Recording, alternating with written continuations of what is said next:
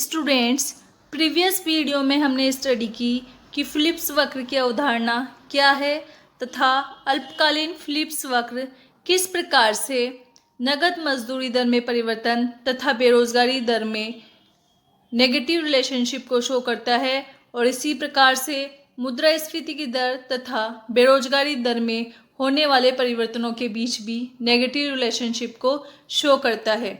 आज के इस वीडियो में हम स्टडी करेंगे लॉन्ग रन फिलिप्स कर्व की अर्थात दीर्घकालीन फिलिप्स वक्र की, जो कि मिल्टन फ्रीडमैन तथा एडमंड फेल्प्स द्वारा दिया गया कॉन्सेप्ट है।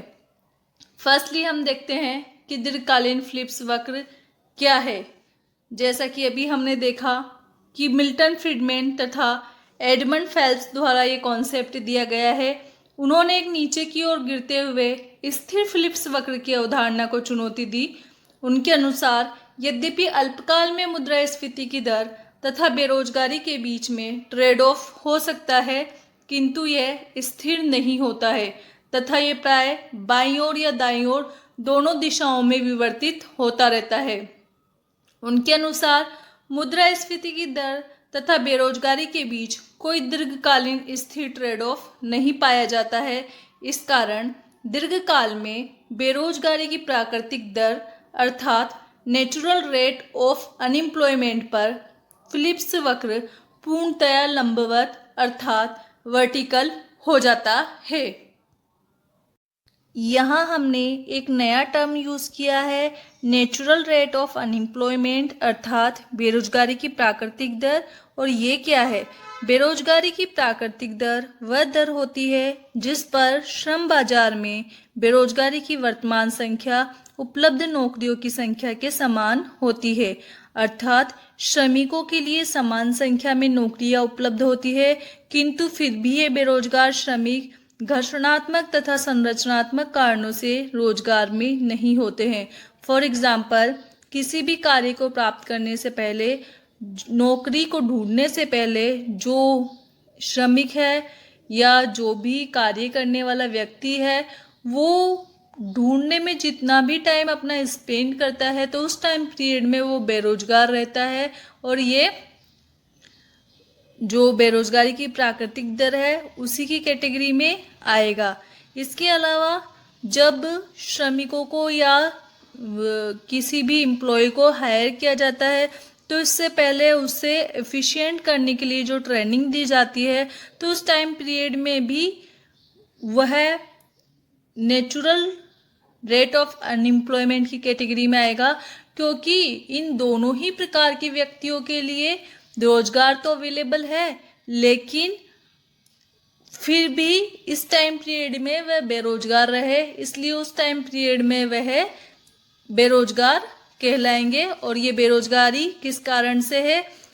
घर्षणात्मक या संरचनात्मक कारणों से।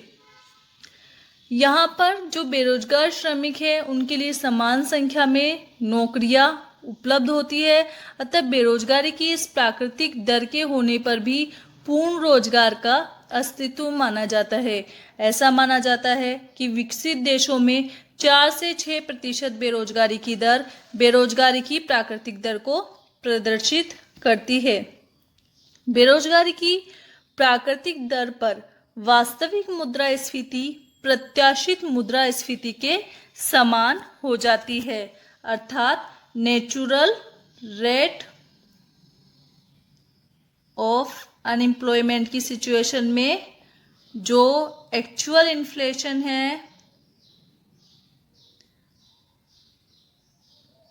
वह हो जाएगा एक्सपेक्टेड इन्फ्लेशन के बराबर। इसीलिए यदि सरकार बेरोजगारी की प्राकृतिक दर से नीचे वास्तविक बेरोजगारी की दर रखना चाहे तो मुद्रास्फीति की दर बढ़ेगी, और यदि वास्तविक बेरोजगारी की दर बेरोजगारी की प्राकृतिक दर से ऊंची होती है तो मुद्रास्फीति की दर घटने लगती है। इसे हम इस डायग्राम के थ्रू भी एक्सप्लेन कर सकते हैं। डायग्राम में एक्स एक्सिस पर अनएम्प्लॉयमेंट रेट तथा वाई एक्सिस पर रेट ऑफ इन्फ्लेशन को दर्शाया गया है। SPC1 प्रारंभिक अल्पकालीन फिलिप्स वक्र है तथा अर्थव्यवस्था श्रम शक्ति की 6% की बेरोजगारी की प्राकृतिक दर पर बिंदु A0 पर संतुलन में है। अल्पकालीन फिलिप्स वक्र पर इस बिंदु A0 की स्थिति समग्र मांग के स्तर पर निर्भर करती है। इसके अतिरिक्त हम ये भी मानते हैं कि वर्तमान में अर्थव्यवस्था 5% के बराबर मुद्रास्फीति की दर का अनुभव कर रही है तथा मौद्रिक मजदूरियां इन प्रत्याशाओं के आधार पर निर्धारित की गई है कि भविष्य में भी मुद्रास्फीति का दर निरंतर 5% ही बनी रहेगी। अब मान लीजिए कुछ कारणों से समग्र मांग में वृद्धि हो जाती है। इसमें हम ये देख सकते हैं कि या तो जो सरकार है वो विस्तारवादी राजकोषीय या मौद्रिक नीतियाँ अपना ले या किसी अन्य कारण से समग्र मांग बढ़ जाए। समग्र मांग में वृद्धि के परिणाम स्वरूप कीमतों में वृद्धि होगी तथा नगद मजदूरियां अल्पकाल में अपेक्षाकृत कम हो जाएगी। इसके परिणाम स्वरूप व्यावसायिक फर्मों के लाभ में वृद्धि होगी तथा वे उत्पादन तथा रोजगार में विस्तार करेंगी, जिसके कारण बेरोजगारी की दर में कमी तथा मुद्रास्फीति की दर में वृद्धि होगी। ऐसा होने से अर्थव्यवस्था अपने अल्पकालीन फिलिप्स वक्र SPC1 पर बिंदु A0 से A1 पर पहुंच जाएगी। इस स्थिति में अर्थव्यवस्था में बेरोजगारी की दर तो कम हो गई है, लेकिन जो मुद्रास्फीति की दर है वो बढ़ गई है। ये 5% से बढ़कर रेट ऑफ इन्फ्लेशन 7% हो गई, जबकि अनएम्प्लॉयमेंट रेट 6% से डिक्रीज हो गई। लेकिन मिल्टन फ्रीडमैन ये मानते हैं कि अर्थव्यवस्था A1 बिंदु पर भी एक स्थिर साम्य की स्थिति में नहीं है। इसका कारण यह है कि कुछ समय पश्चात श्रमिक अपनी वास्तविक मजदूरी दर में कमी का अनुभव करेंगे तथा प्रत्याशित दर की अपेक्षा मुद्रास्फीति की अधिक दर की क्षतिपूर्ति के लिए अधिक नगद मजदूरी के लिए दबाव डालेंगे। जब ये अपेक्षाकृत अधिक मजदूरियां स्वीकार कर ली जाएगी तो व्यावसायिक लाभ कम हो जाएंगे, जिनके कारण रोजगार के स्तर में कमी होगी तथा बेरोजगारी की दर को पुनः 6% के प्राकृतिक दर के स्तर पर प्राप्त कर लिया जाएगा और अर्थव्यवस्था A1 बिंदु से B0 बिंदु पर पहुंच जाएगी, जहां अनएम्प्लॉयमेंट रेट पुनः 6% हो जाएगा। इसके परिणाम स्वरूप अल्पकालीन फिलिप्स वक्र SPC1 से ऊपर की ओर विवर्तित होकर SPC2 हो जाएगा।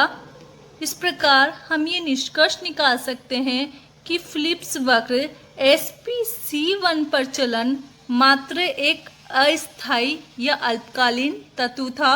दीर्घकाल में जब नगद मजदूरियां मुद्रास्फीति की दर में परिवर्तन के साथ पूर्णतः समायोजित हो जाती है और इसके परिणाम स्वरूप बेरोजगारी की दर अपने प्राकृतिक स्तर पर वापस आ जाती है, तो मुद्रास्फीति की अपेक्षाकृत अधिक प्रत्याशित दर पर एक नया अल्पकालीन फिलिप्स वक्र बन जाता है, जैसे कि हमारे डायग्राम में SPC1 से SPC2 एक नया कर्व बन चुका है। अब B0 बिंदु पर भी अर्थव्यवस्था साम्य में या संतुलन में नहीं रहेगी, अर्थात ज़्यादा समय तक टिकी नहीं रहेगी। यहाँ पर पुनः सरकार के द्वारा विस्तारवादी राजकोषीय या मौद्रिक नीति अपनाई जाएगी, जिसके परिणाम स्वरूप पुनः कीमतों में वृद्धि होगी और व्यावसायिक फर्मों के लाभ बढ़ जाएंगे, उत्पादन रोजगार का विस्तार होगा, परिणाम स्वरूप बेरोजगारी की दर कम होगी और मुद्रास्फीति की दर बढ़ जाएगी और अर्थव्यवस्था B0 से B1 बिंदु पर पहुंच जाएगी। यहाँ आने के पश्चात वापस श्रमिक अपनी मजदूरी में अर्थात वास्तविक मजदूरी में हुई कमी का अनुभव करेंगे और प्रत्याशित दर की अपेक्षा मुद्रास्फीति की अधिक दर की क्षतिपूर्ति के लिए अधिक नगद मजदूरी के लिए दबाव डालेंगे। और जब ये उनका दबाव स्वीकार कर लिया जाएगा तो व्यावसायिक फर्मों के लाभ कम होंगे, परिणाम स्वरूप उनके द्वारा रोजगार का स्तर कम कर दिया जाएगा और बेरोजगारी की दर पुनः वापस 6% पर आ जाएगी। इस प्रकार अर्थव्यवस्था B1 बिंदु से C0 बिंदु पर आ जाएगी। ये प्रक्रिया इसी प्रकार से पुनः दोहराई जा सकती है।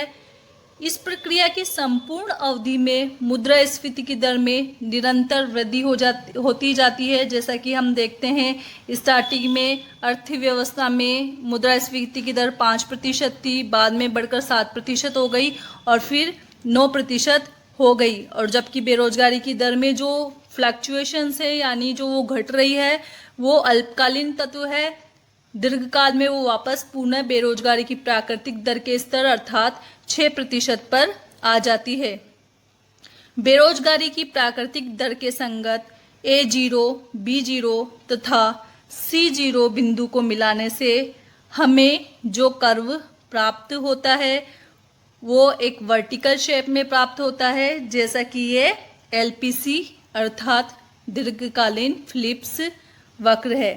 इस प्रकार अल्पकालीन फिलिप्स वक्र नीचे की ओर गिरता हुआ होता है और वो दर्शाता है कि अल्पकाल में मुद्रास्फीति तथा बेरोजगारी की दर के बीच ट्रेड ऑफ हो सकता है, किंतु दीर्घकाल में फिलिप्स वक्र एक लंबवत सरल रेखा के रूप में बन जाता है, जो ये प्रदर्शित करता है कि दीर्घकाल में मुद्रास्फीति तथा बेरोजगारी के बीच कोई ट्रेड ऑफ नहीं पाया जाता। इस प्रकार इस वीडियो में हमने देखा कि अल्पकालीन फिलिप्स वक्र में किस प्रकार से विवर्तन होता है तथा किस प्रकार से दीर्घकालीन फिलिप्स वक्र अल्पकालीन फिलिप्स वक्र की भांति नेगेटिवली स्लोप्ड ना होकर एक वर्टिकल लाइन के रूप में होता है, अर्थात लंबवत रूप में होता है। इस वीडियो में सिर्फ इतना ही। Thank you for watching this video.